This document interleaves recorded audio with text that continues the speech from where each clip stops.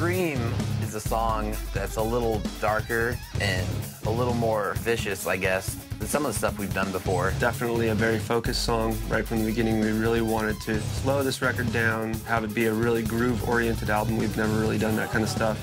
The Rev is a freak when it comes down to laying just a wonderful groove down. We wanted to slow down the record to a tempo of about like 140, kind of the idea of where your heart rate is. And we just wanted it to have a ton of vibe and just a ton of energy.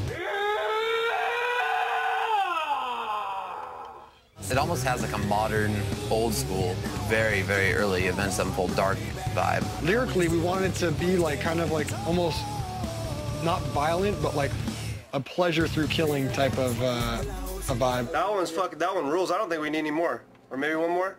Shits and giggles. One more, shits and giggles.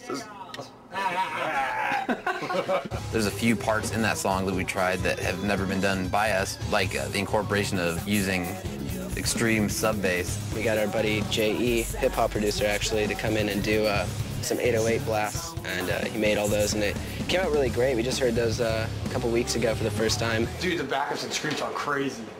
Mix. Oh, cool. Yeah, I've been listening to that. Is it up a little louder or something? Yeah.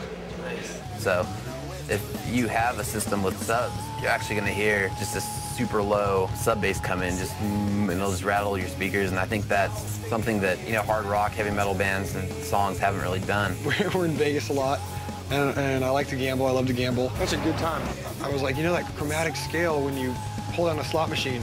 I was like, that'd be pretty fucking sick as a riff. Zachy came back with a full-on chromatic scale. Like, you know, he took the idea and it was awesome. He sent us this demo of it. We're like, yeah, that's perfect. That's really cool. Brian went home and he came up with the da-da, kind of added a little more groove to it. The da-da. He's always been a really big fan of those type of like grooving, like bending, huge guitars. He just loves that stuff. And he loves it when it's a little bit out of tune and a little bit, you know, wavering a little bit, so it's not too pretty sounding. The guitar solo, we were actually lifting weights, working out, and I was like, dude, you know what would be cool in the beginning of the record would be if you just shredded over something and you it really didn't even have any notes. You're just doing a motif of like a over and over and over. Okay.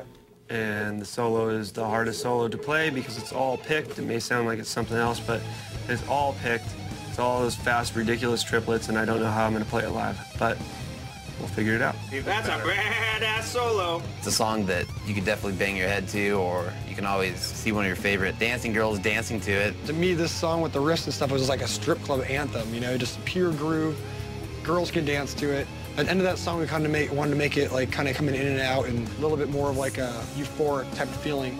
So me and our engineer Fred sat up really late one Saturday night and we started messing around with samples and with delays and reverbs and different sorts of things. And we sat there and just took all my vocals and took them apart and let them go through it.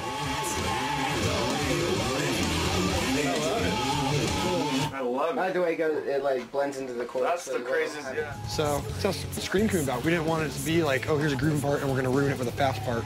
Kept the whole thing grooving, the whole thing's the same tempo, and it just always makes you bop your head. You'll never hear a part in that song where you don't just want to go like this.